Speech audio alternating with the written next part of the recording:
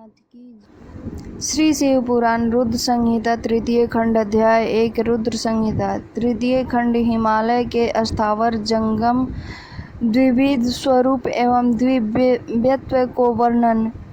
मैना के साथ उसका विवाह तथा मैना आदि को पूर्व जन्म में प्राप्त हुए सनकादि के शाप एवं वरदान का कथन। नारद जी ने पूछा, ब्राह्मण, पिता के यज्ञ में अपने शरीर का परित्याग करके दक्ष कन्या जगदम्बा सती देवी किस प्रकार गिरिराज हिमालय की पुत्री हुई? किस तरह अत्यंत उग्र तपस्या करके उन्होंने पुनः शिव को ही पति रूप में प्राप्त किया? यह मेरा प्रश्न है, आप इस पर भली भांति और विशेष रूप से प्रकाश डालिए। ब्रह्मा जी ने कहा, मुने नारद, तुम पहले पार्वती की माता के जन्म, विवाह और अन्य भक्ति वर्धक पावन चरित्र सुनो।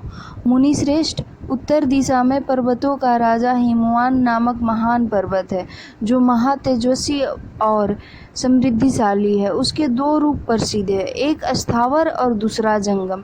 मैं संक्षेप से उसके सूक्ष्म स्वरूप का वर्णन करता हूँ। यह रमणीय पर्वत नाना प्रकार के रलों आकर है और पूर्व तथा पश्चिम समुद्र के भीतर प्रवेश करके इस तरह खड़ा है मानो भूमंडल को नापने के लिए कोई मानदंड है।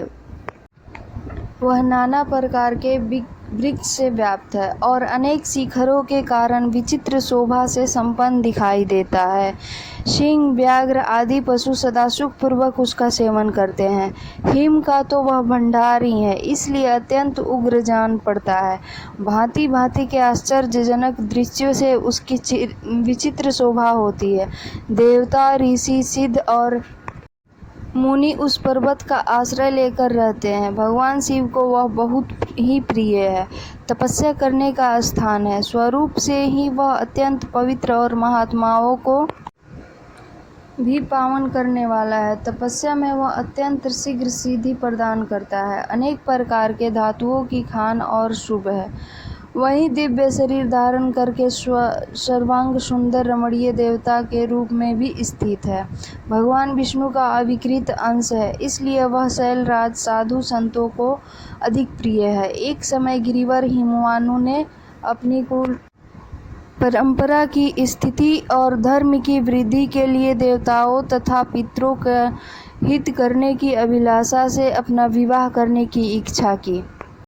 मुनीश्वर, उस अवसर पर संपूर्ण देवता अपने स्वार्थ का विचार करके दिव्य पितरों के पास आकर उनसे प्रसन्नता पूर्वक बोले।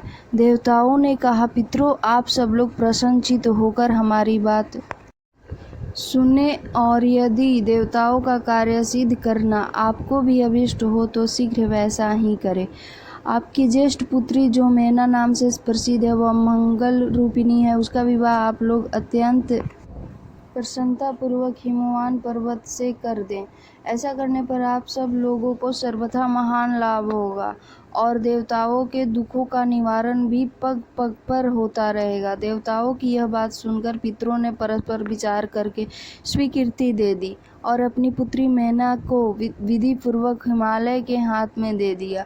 उस परम मंगलमय विवाह में बड़ा उत्सव मनाया गया। मुनीश्वर नारद, मैना के साथ हिमालय के शुभ विवाह का यह सुखद प्रसंग मैंने तुमसे प्रसन्नता पूर्वक कहा है, अब और क्या सुनना चाहते हो?